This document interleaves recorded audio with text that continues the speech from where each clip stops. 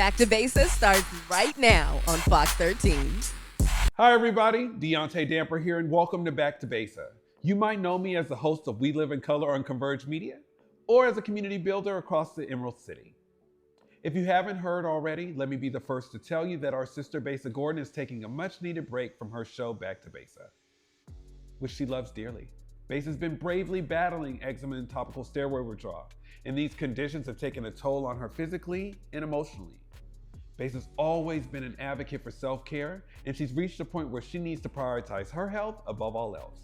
Now, we fully support her decision to take a much-needed break, and I'm sure you all do as well. Now, while Besa's focused on her healing, I'll be stepping in as a guest host, and depending on how much time Besa needs. Converge Media family will be here as well. Trey Holiday, Takia Ward, and Curtis Delgado. They may fill in, but tonight is my night, and I'm honored to continue the show's mission in sharing and uplifting stories from our community. Now, we have an amazing show in store for you tonight as we head over to Wild Gallery in Jimi Hendrix Park for Juneteenth celebrations. We'll tap in with Chef Tina Fambula for some West Coast cuisine at Gold Coast Gulf Kitchen. We'll head over to the Rose City for Cool Nuts record release birthday party and catch up with some youth spoken word artist Jasmine Barrett. Plus, we'll hear from Ground Zero and Youth Unfiltered. Now, before we get into that, I thought it'd be best if we center the voice of Besa in her struggles. Now, this is what she said in the studio a few weeks ago. If you follow me on social media, you know I've been dealing with my eczema flare-ups, which is why I have all this discoloration. My face is one color, my neck is another color, I got bruises on my hands. It's a whole situation. I've actually developed something called topical steroid withdrawal, which we'll talk about another day, but in the meantime, definitely feel free to look it up. I say all of this to say, I show up today I'm not gonna hold y'all, today was a hard day. I cried half the day. One of my coworkers called me and I was just bawling and he's like, what's going on? I was like, my skin, I'm itchy, it's burning. My skin was splitting. I couldn't stay moisturized. I really can't stay moisturized a lot these days, but I digress. And I was just like, I just don't feel pretty. And on a day like this, when I have to sit here and be in front of you guys and just be like, hey guys, Besa Gordon here, it can sometimes be very, very hard for me to muster that up. But I do it anyways because I love what I do. And I love showing up for you guys. And I love uplifting our Black businesses and our Black community and just all of the beautiful things that I get to talk about on this show. It is worth me coming here and showing up in front of you guys just not feeling or even feeling that I look my best. So I say all of that to say this. You're gonna have days when you are going after your dreams and when you're doing what you love and you don't wanna get out of bed. There were multiple times today where I was just like, man, can we just voice over this whole show because I look crazy. I feel crazy, my skin's burning. And I don't know if I can get this coat off so you guys can see these bruises that I got going on without messing up my mic, but this is what's really been going on underneath my clothes. This is why I've been wearing a lot of long sleeves. This is why I've been wearing a lot of turtlenecks because this is probably the least confident that I've felt about my outer appearance in a while. But it's okay because I'm doing what I love. And if anyone else is also going through these skin situations, I really do hope that me showing up like this gives you some inspiration to do it anyways. Because you're not just showing up for yourself, you're showing up for those that look up to you, right? You're showing up for your future self. You're pushing back past those boundaries to be like, man, I really don't want to do this, but you can do it. For me, with what I'm going through right now, it's temporary. So I really do have to pick myself up and get out the house. Whatever your goal is, make sure it is big enough and it's shiny enough to where you are able to show up no matter how unconfident that you are in the moment. Or like me, I literally do not feel that pretty right now. I don't feel myself, but I'm still here. I'm still standing on business, Black business that is, and I'm still putting on for my city. So look, no matter what your goal is, friend, make sure that you make that goal so big and shiny that no matter what, you don't give up on yourself. Because as I always say, your future will thank you for it. Besa, you said it all. Don't give up on yourself. And best believe we ain't giving up on you. I want you to know that I love you and I miss you, and I'll be right here as long as you need me. But girl, don't take too long, because we're only 6 minutes into the show and your fans already miss you. Okay, now we're gonna go ahead and take our first commercial break, but when we return, we're gonna head down to Seattle's Moore Theater for STG's Elevate and catch up with some very talented young artists. Plus, we're gonna be rejoined by our friends from Ground Zero Radio. You're watching Back2Besa. Welcome back to Back2Besa. I'm your guest host, Deontay Damper, and it's time for Youth Unfiltered. First up this week, we're tapping back in with Leslie Pierre from Ground Zero Radio, who takes us to Metier Brewery Company. Now, for those who don't know, Metier Brewery Company is a purpose-driven, Black-owned crafted brewery that believes in representation, meaning that they're intentional of every aspect of community while running a business rooted in value that they take seriously, like inclusion, access, compassion, and excellence. Now, early this month, GZ Radio Leslie Pierre was welcomed into space and conducted a live podcast interview with Seattle hip-hop legends Black Stacks. They put together a segment you're about to see here for Black Music Month. Let's check it out. Hey guys, we're here at the Metier Brewing Company right here on Cherry Street in Seattle. We're celebrating Black Music Month with Black Stacks, and I have the honor of doing a live podcast interview with them. Come on in and let's go have some fun. Walking into the space, you could already feel the energy lifted. There was smiles on everyone's faces, jamming to Black Stacks performing uplifting hip-hop music with a great band, and even had me up dancing. I just couldn't help it. Good vibes, good people, good music, and even good food. I could say so much more about the event, but first, let's check out this interview with Black Stacks. What is the purpose of this event, and what is the impact that this event will have on the community? It's about spotlighting Black artists, giving them an opportunity to share what they do and their concerns and where they come from with the rest of the world, so that we focus in on some of these cultural change makers and how they move and why they move. So Black Music Month, to me, represents an opportunity for people to open their eyes and ears and hearts to the soul of Blackness. Soul music, Black music, country music, R&B, jazz, funk, all of that, from the creation of when it was the drums or just humming, whistling, yodeling, whatever it is. What it means is that you have the opportunity to listen to nature, and along with nature comes music that will feed you until the end of your time. After having a great interview with Black Stacks, I got the chance to talk to some super cool people from the community and ask them about their thoughts on the significance of Black Music Month. Black music basically has fueled my creativity. I listen to music every day, so yeah, it's a huge part of my life. For me, black music and just Juneteenth in general is important because it's remembrance, it's the significance, the substance of Black music, and just how much we have originated music in general. Black Music Month is just a moment to take a minute to pay homage and respect to the contributions that Black people and Black artists have made to music today. Black Music Month every month, if you ask me. I can truly say that this was a great event and also educational as well. Hip hop is life. Black music is music all day, every day. Like Jace from Black Stacks said, this month is just where we put a spotlight on the culture and the greatness of Black music. Big shout out to the team at Ground Zero Radio for producing yet another amazing segment, helping us celebrate not only hip-hop legends, but also Black Music Month. To learn more about GZ Radio, head over to gzradio.org. Seattle Theater Group Elevate is an annual program 4 years in the making that empowers artists to find their voice and express themselves through spoken word. This year's show featured a talented lineup of young performers, including Abby Garcia Sorora, a 15-year-old spoken word artist, and Cami Ploger, a 14-year-old actor, singer, songwriter.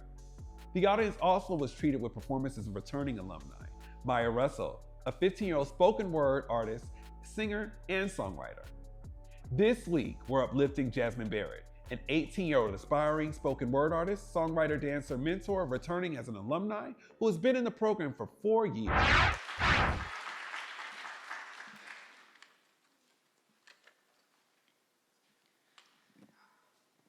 Hey y'all. My name is Jasriel Truth. And if you say it fast enough, it's still Jazz's real truth. Because I promised that I'd only let facts flow from the gap between my teeth and tongue. Because I learned the truth will always set you free. Very young. But hey, listen. To lie to others or yourself about your reality, you'll find that keeping up that lie will completely down your gravity. Your energy, your aura, it's so freaking exhausting. Putting up a front, or I'ma say it bluntly, a mask, even though there's still tears that you run, because it's not fun going along with what your friends are saying and doing just to fit in. It's not fun saying the most awful things to the people who love you just to be spitting. It's not fun being so smitten with your special someone that you start to change everything about you to pursue the epitome of what they'd want you to be and go back and forth like badminton. But it couldn't be any worse. But boo, that ain't you. Don't nod your head. Don't play pretend. Don't let your boundary standards or backbeated things to bend. I have had my fair share of that and thought that was surely my end. So, stay true to who you are, and don't let your scars define you. Let them remind you that you survived through something meant to haunt you. Your flaws, too, they make you perfectly imperfect. And once you fully embrace and accept what God has already given you, you'll finally see that it's worth it. Elevate continues to be a platform for young artists to express themselves, express their feelings and talents through spoken word. Registration for the 5th year cohort will open in the fall. To learn more, go to shtgpresents.org/elevate. Now we're off to a commercial break, but when we return, we head down I-5 South to the Rose City to catch up with a hip hop icon. You're watching Back2Besa.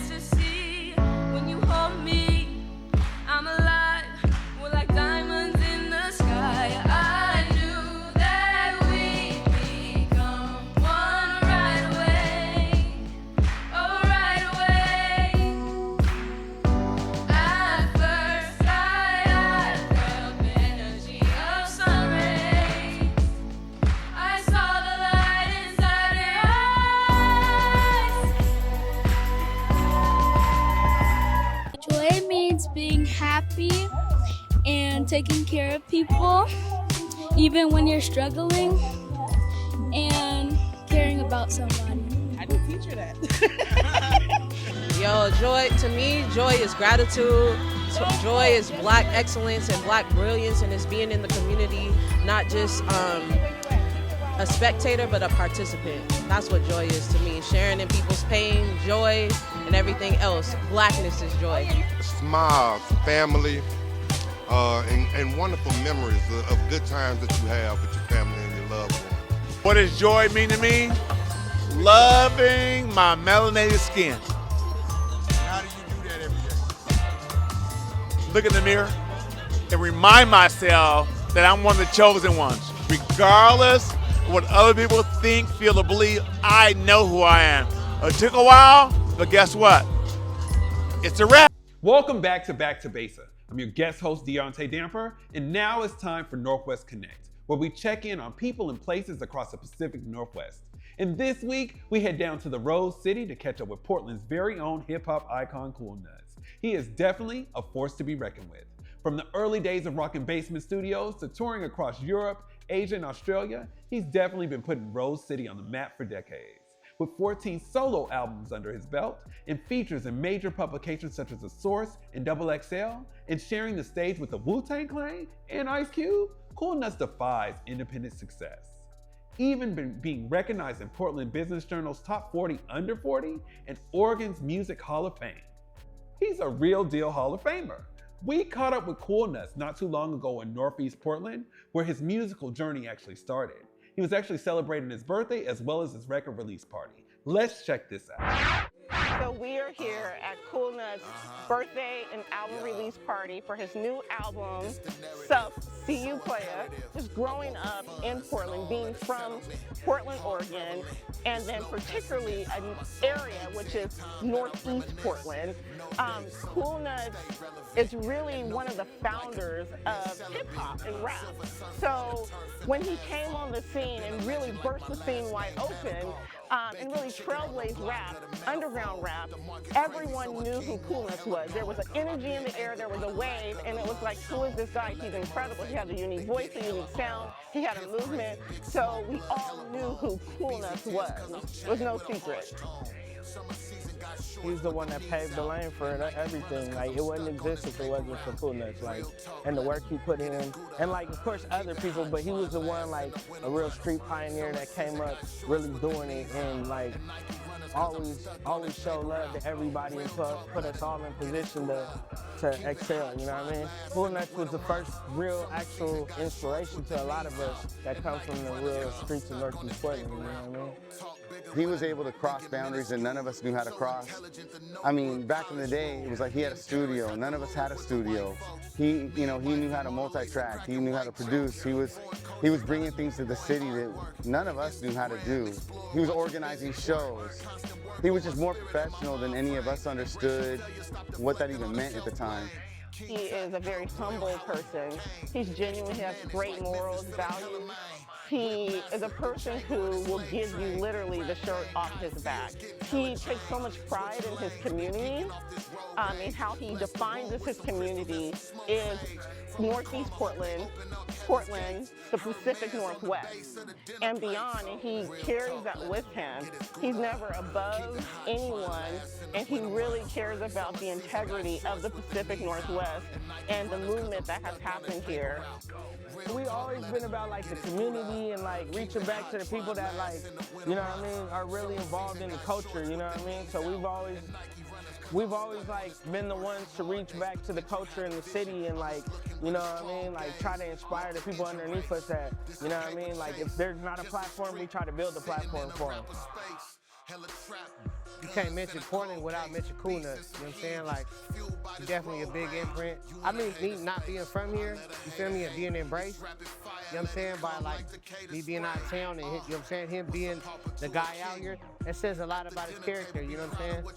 For me, I call him Pops because he took me in when I didn't have a father figure, and so he's been pretty much guiding me to this point now where I'm at and put me in a lot of positions to not only make money and take my talent outside of my grandma's basement to also see the world. So that's why I call him Pops. We'll go to Atlanta, Georgia, and we'll have people in the crowd be like, Cool Nuts, Cool Nuts. Across the world, we've been to Melbourne, Australia, Tokyo, Japan, and you know, that's the kind of impact that he brings from Portland. Rapper, entrepreneur, radio host, manager, so many other things. Man of many hats. Today we're celebrating my birthday. We're here in Northeast Portland, where a lot of this music, my music was made right down the street on 14th and Prescott. So it's dope to be able to come back here and celebrate my birthday, release of a new album, and just brand new energy, you know. I just love hip hop. You know, I love when people enjoy the music. I love doing shows and to see the response that we get for the music and just the creative process. And just knowing that, like, it's never been about money, it's never been about opportunity. It's always been about just a love for the culture and the passion and the results of seeing people enjoy what we're doing. Happy birthday, baby. I love you. We are going to Mexico in about 4 hours. And I'm so excited for us to have this time together. I look forward to seeing you on the beach, relaxing, resting, because you deserve rest and happiness and peace and lots of champagne. And we're going to turn up, and I got some secrets and surprises for you, so just wait and see, because it's on and popping. In the real world, rapping gets you killed now. It's hella violent, really clapping in the field now. Man, Cool Nuts, congratulations. We see you. Big congratulations to your success and holding it down in Northwest hip hop for decades. You can follow him on IG at Cool Nuts or visit justfamilypdx.com. All right, y'all, it's time for a commercial break. But when we return, we're headed up to First Hill neighborhood for Gulf Coast Gal Kitchen. You're watching Back2Besa.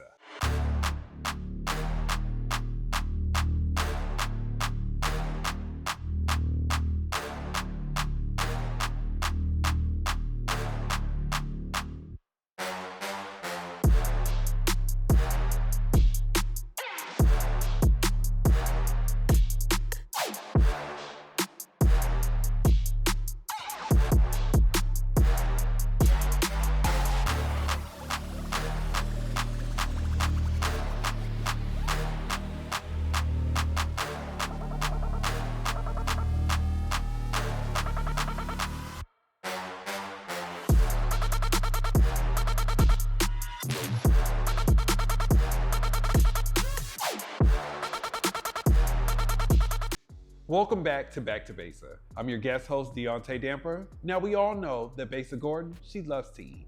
Not too long ago, she headed to Seattle's First Hill neighborhood to discover a culinary gem that pays homage to the rich flavors of West Africa. I'm talking about Gold Coast Gal Kitchen, which is the brainchild of Chef Tina Fambula, a Liberian American whose passion and her heritage shines through every dish that she cooks and creates. Chef Tina's menu celebrates West African cuisine with a focus on Liberian and Ghanaian specialties, from fufu to jollof rice, and each dish is a testament of her culinary skills and her love for the culture. But Gold Coast Gal is more than just a restaurant, y'all. It's a community gathering place with a warm and inviting atmosphere, complete with vibrant artwork and traditional African music that welcomes diners to come together and share a meal. Now sit back, relax, and let Besa and Chef Tina take you on a culinary journey of the Gulf Coast of Africa. Hi guys, I'm Tina, owner and chef of Gold Coast Gal Kitchen. Welcome in. I've just been around food all my life. I don't remember anything else besides being in the kitchen, you know, with whether it was my grandma or my mom, just wherever there's food, I was there. So my family, having been through the Civil War in Liberia, my grandmother lived on the refugee camp in Ghana. She would always make big pots of meals, and anyone could stop in and eat. And oftentimes, many times, it was people seeking refuge from the neighboring countries or Liberia looking for, you know, refuge.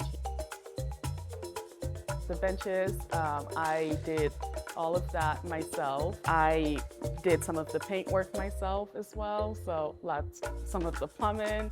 Yeah, anything that YouTube, yes, even that. So I try to shop local as much as I can. There is Roba's African store in White Center. There's Gambia International, West African Market. So I try to, you know, hit them up first.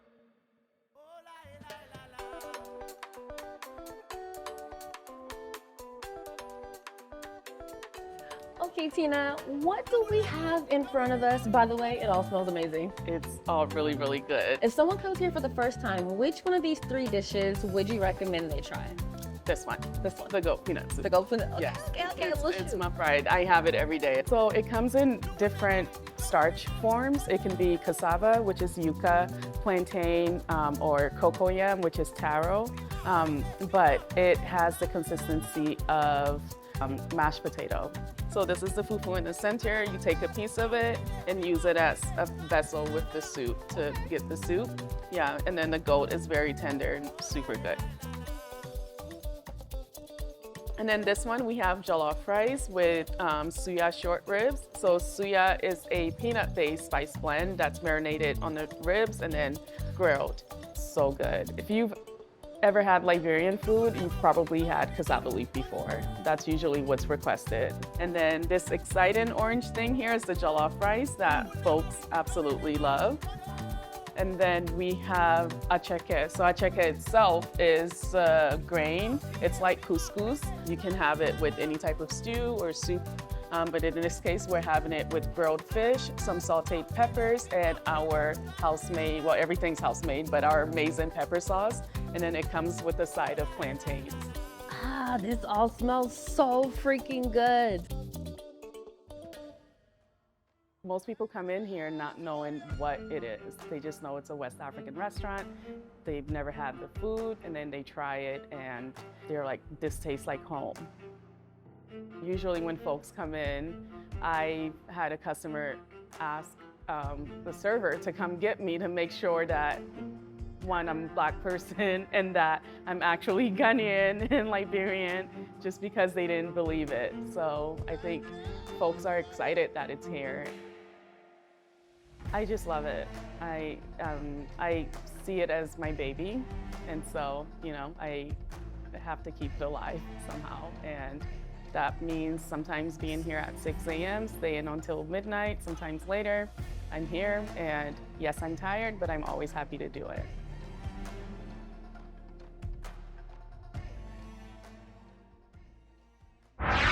First of all, Besa, I am so mad at you again. You went and got good food without me. It all looks delicious though. Chef Tina, you clearly know how to get down. Now everyone, if you want to get a taste of the West African cuisine, you can go by visiting online to goldcoastgal.com. It's time for another commercial break, but when we come back, we're headed to Jimi Hendrix Park in Seattle with Africatown Community Land Trust to celebrate Juneteenth. Welcome back to Back2Besa. I'm your guest host, Deontay Damper. Seattle became alive this Juneteenth with a vibrant celebration of Black freedom, community, and culture during the Africatown Community Land Trust Summer of Soul Juneteenth celebration hosted by Trey Holiday. The event was held at the iconic Jimi Hendrix Park and drew a diverse crowd eager to commemorate the important day in American history. Jimi Hendrix Park was filled with the sound of music, laughter, the aroma of delicious food. Attendees enjoyed performances by local artists, including a special set by my fave, Jay Holiday. Families participated in engaging in activities such as basketball and horse riding, while vendors showcased their unique crafts and goods. Let's see how Juneteenth went down. Juneteenth is very important to show how, you know, African Americans were freed from slavery. So it's really good to show Americans the true story of America. Place like, you know, such as a Jimi Hendrix Park, I think they did a great contribution to have it in a wonderful location with people in a great area. Like Seattle being so gentrified and, you know, the gentrification happening, I think this is a wonderful time. The day, thank God, we had a nice sunny day. So yeah, I think what Africatown is contributing is wonderful. Juneteenth is for us to celebrate freedom, us to celebrate community, us to be together. A lot of people who have been moved out of the city due to gentrification. So on this day, we all get to come back and see each other and be around each other and enjoy community. The Summer of Soul series events showcase the strength of this CD because we always come back together year after year. We keep showing up, we keep supporting each other, and Africatown allows us to do that, allows the community to come together and have a place to have business, have fun, enjoy each other, have peace, and feel safe. As a vendor, it's extremely important to me. I just want to uplift Elijah Lewis' legacy. He was so much a part of this event, and for me, vending here every year is about bringing the Black community, but also just raising awareness about what Juneteenth really is, and it's the Freedom Day. As Seattle shifts and changes with gentrification, I think it's extremely important to remind people where they're standing. The ground is due homage, and it is also the people of the Central District who are redlined into this city. We have this neighborhood, we built this neighborhood. This is for us, by us, FUBU. It gives the people something to do, to come have fun, spread love.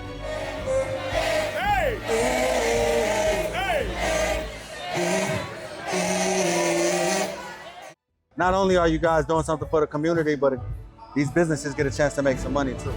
To be in a place that we are free to do what we want, to sell what we want, to be as we are, right? That's what this event is about, and I'm super excited to be here. I feel like this is vital. It's definitely the artery of our culture, especially during summer months. We live in a rainy state, so typically we don't have these types of events where people like to come out, bring their families, even that they bring out their elderly loved ones, you know, and so we really depend on days like this, summer days like this, to really help pull us through. It gives everyone an idea of different cultures, different lifestyles, different events, different skills, different artwork. It's big, especially in Washington because it's so diverse. And we have so many different people from all over the world here in Washington. So you get to see everything that people have to offer as far as their artwork, their music, their skills, their product, their clothes, everything, their art. It's just good. I think it really brings back families. It brings back youth and the sense of community that allows us to see where we've been, but also where we're going. And when people are able to see the hustle of small Black businesses, they think they can do it themselves. They know that they don't have to continue to work the corporate 9 to 5. And even if they do, they can continue to have that spirit of entrepreneurship. The strength of Seattle's Black community is strong. I think that people here in Seattle have to be reminded where they come from. A lot of the times it's about dispersing, growing, but you can grow right here in this community because we're blessed to have a wonderful neighborhood with rolling hills, a beach and a lake, okay? So wonderful things are happening here in the Central District, and they have always been happening in the Central District. And so as a community, we're growing, we're blossoming, but we're also reaching back and reaching forward. My vision for the future is just to keep continuing doing this, having bigger events, inviting more people out, letting more people know that we are here, we're not going anywhere, and the CD is our home.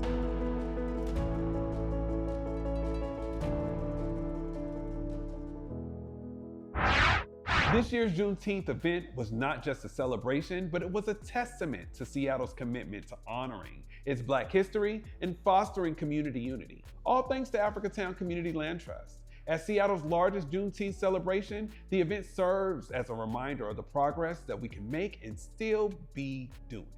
To learn more about Africatown Community Land Trust and their Summer of Soul series, head over to africatownlandtrust.org.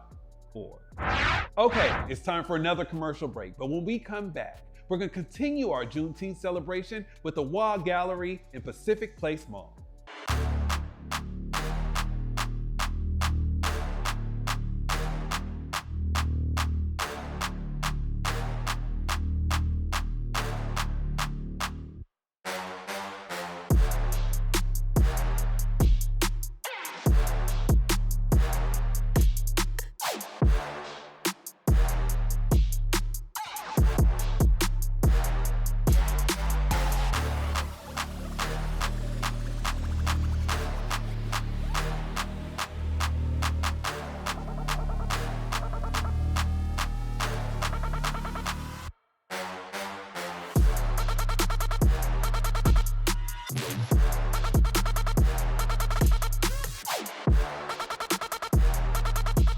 Welcome back to Back2Besa. I'm your guest host, Deontay Damper. Now, early before we went on break, we showed you what went down at Jimi Hendrix Park during Africatown Community Land Trust Juneteenth celebration.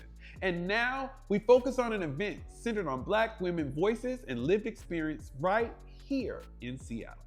The Wonder of Women Gallery, located at Pacific Place Mall, was alive with the spirit of Juneteenth, as community members came together with a vibrant celebration of Black joy, unity, creativity centered around Black women. The celebration even included a beautiful dance ceremony, during which attendees used scarves and sticks to symbolize letting up and letting go and releasing. Take a look at Wild Gallery's Juneteenth celebration. We're really excited to welcome Black women from all over the country to Wild Gallery for the celebration of Juneteenth.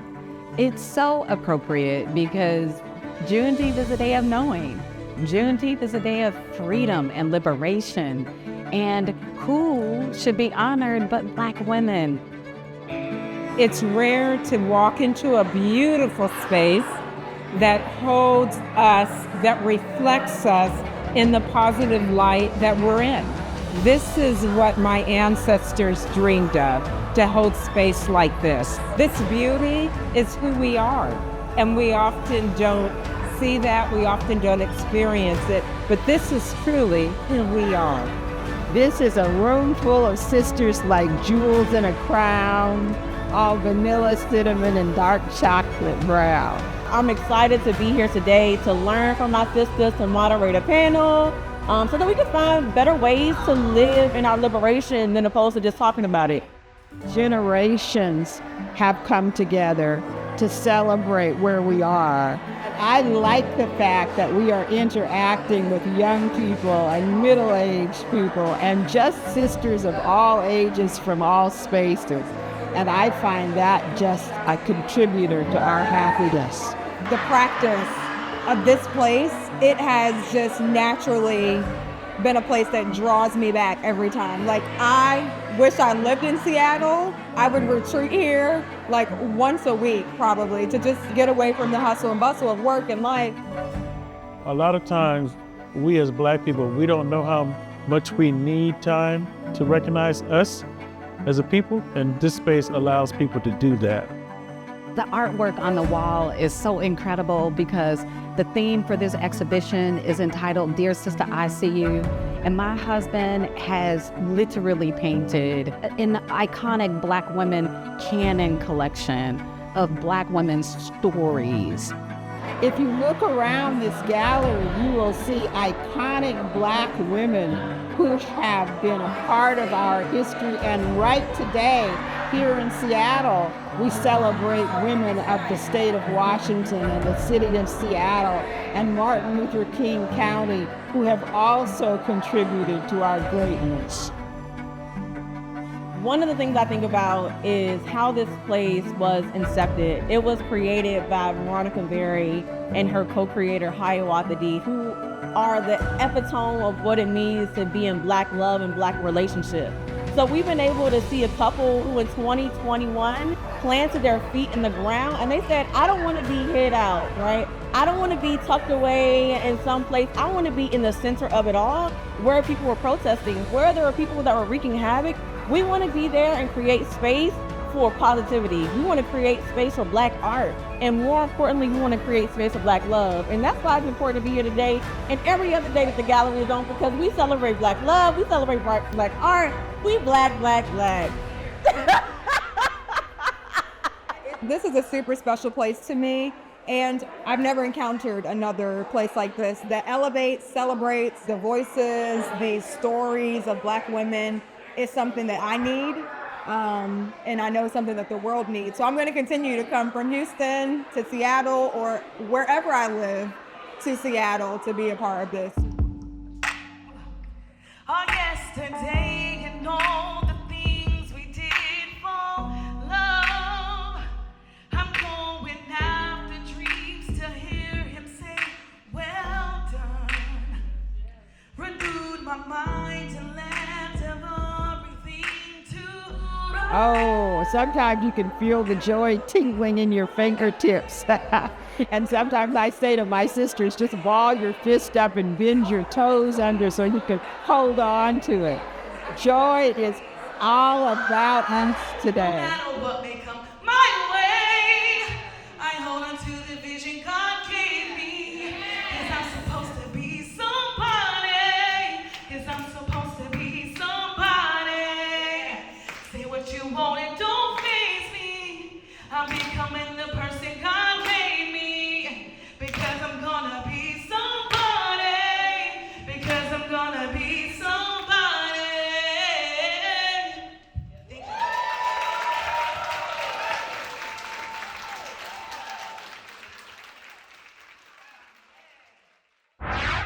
As you can see, the WOW Gallery Juneteenth celebration was a powerful testament to the strength and the resilience of the Black community. It was a space for joy, healing, reflection, and a reminder of the importance of supporting Black-owned businesses and spaces. By the way, that was Chef Chantel Jackson at the end, y'all. She goes by the Singing Chef, and she performed her song, Be Somebody. Now, to learn more about the WOW Gallery and its upcoming events, visit thewonderofwomen.org. Hold on, wait a minute, y'all. I have to give a special shout out to Matt Bermudez for those special, beautiful shots. We love you here.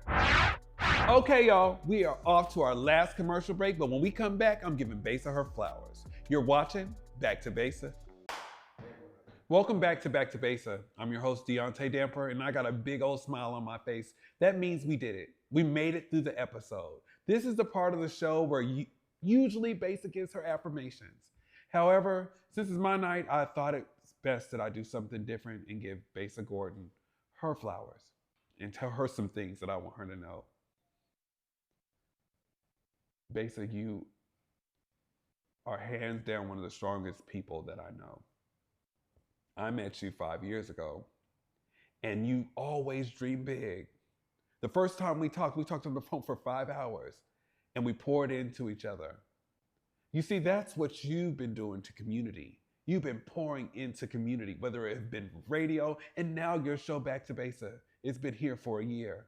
And I'm so happy that you are taking this break, because now I want to encourage community to pour into Besa. If you write her online, if you have a favorite episode, write it and inbox her, pour into her. I've been so appreciative of your love and your support. To be transparent, there was some nights where I didn't think that I would make it. And you picked me up when I was down. And I'm grateful to be sitting in this chair and to continue to hold you up just like you helped me up. Continue, community, to support Back to Besa. Into Besa, I love you, sis.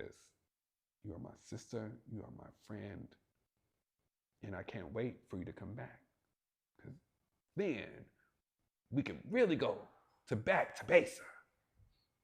I love you, and I love you, community. Take care of yourself and pour into your strong friends. Good night.